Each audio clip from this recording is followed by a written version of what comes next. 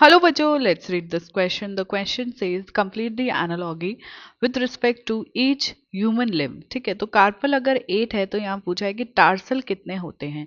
ठीक है, अगर हम कार्पल्स की बात करें तो फर्स्ट ऑफ ऑल ये आते हैं हमारी अपर लिम्ब के अंदर. अपर लिम्ब के अंदर इनको रिस्ट बोन भी कहा जाता है, ऑल्सो कॉल्ड रिस्ट बोन. ठीक है, रिस्ट वो होती है जहां हम अपनी वॉच वेयर करते हैं. ठीक है, सो रिस्ट बोन कहा जाता है और ये टोटल 8 होती है नंबर जैसा कि हमें गिवन है. ठीक है, अब अगर हम टार्सल्स की बात करें तो ये हमारे लोअर लिम्ब में प्रेजेंट होते हैं. लोअर लिम्ब में प्रेजेंट होते हैं. ठीक है, they are also called as ankle bone.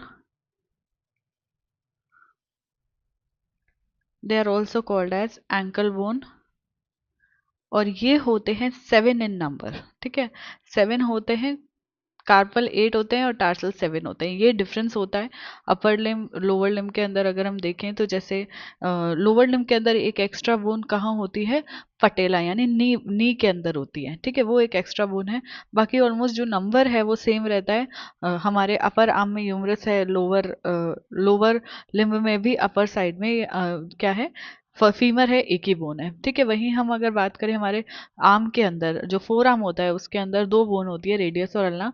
वैसे ही हमारे लेग के अंदर भी जो है उसमें होती है टिबिया और फिबुला. ठीक है, देन आता है रिस्ट बोन. रिस्ट बोन के अंदर कार्पल होती है 8 इन नंबर्स. बट हमारे लोअर लिम्ब में अगर हम देखें तो जो फीमर होती है और टिबिया फिबुला के बीच में एक बोन आती है जो नी फॉर्म करता है हमारी, दैट इज पटेला. ठीक है, तो वो एक एक्स्ट्रा बोन हो जाती है. देन टार्सल आते हैं.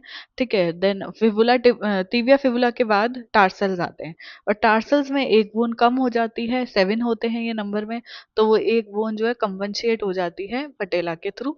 तो अपर लिम्ब और लोअर लिम्ब का जो नंबर है वो सेम हो जाता है.